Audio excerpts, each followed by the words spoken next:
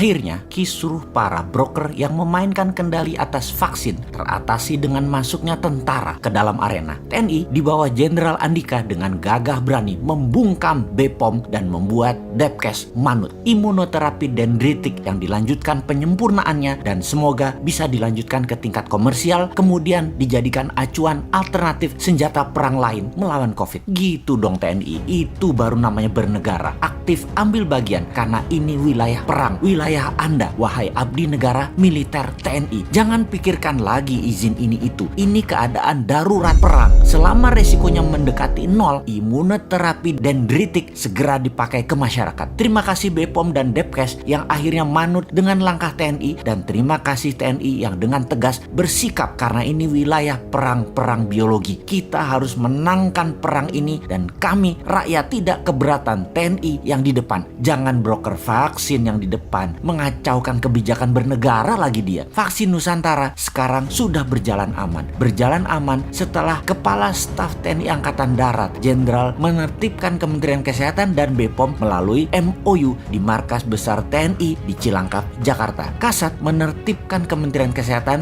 dan BPOM melalui tripartit. Isinya menyetop istilah uji klinis vaksin Nusantara menjadi riset dendritic cell, dan ini dilanjutkan penelitian non-profit belum untuk vaksinasi massal. Izin itu tidak dibutuhkan. Titik, mission accomplished. TNI masuk. Di sisi masyarakat, kita juga harus mencermati esensi pernyataan Profesor Chairul Anwar Nidom, Guru Besar Biokimia dan Biologi Molekular Universitas Erlangga dan juga Ketua Tim Riset Corona dan Formulasi Vaksin dari Profesor Nidom Foundation atau PNF, yang mengatakan vaksin Nusantara mampu mengantisipasi mutasi COVID, di mana kalau menggunakan vaksin konvensional maka harus menunggu lebih dari 1 tahun. Keburu virusnya mutasi lagi. Ini yang menyebabkan vaksin konvensional gagal menghadapi COVID-19.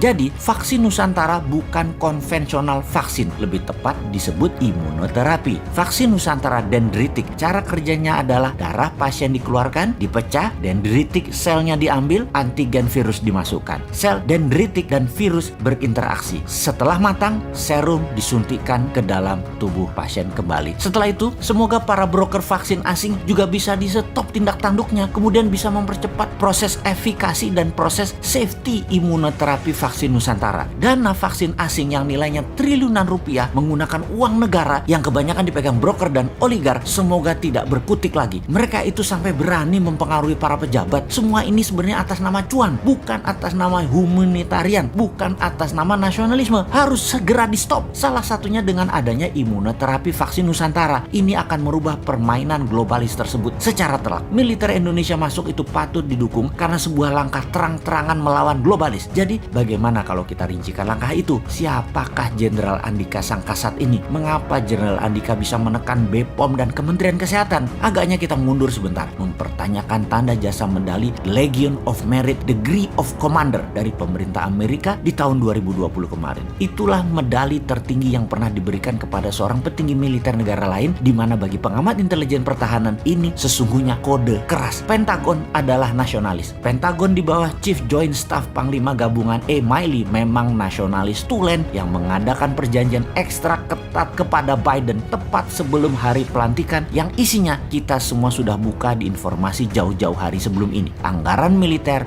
4 tahun ke depan nilainya 3 triliun dolar dan tetap berperang melawan Tiongkok. Apa yang terjadi? Semuanya disetujui oleh Biden. Jadi medali The Legion of Merit Degree of Commander adalah kode keras perlawanan terhadap globalis yang disematkan kepada Jenderal Andika. Dan kalau militer dalam hal ini Jenderal Andika bertindak, inilah tindakan nasionalis melawan globalis. Kembali ke imunoterapi vaksin Nusantara. Ini adalah kabar baik untuk kemanusiaan. Dunia segera melihat secerca harapan baru dimulai dari Indonesia tanpa cawe-cawe regulator yang miring ke globalis dan broker vaksin. Good luck.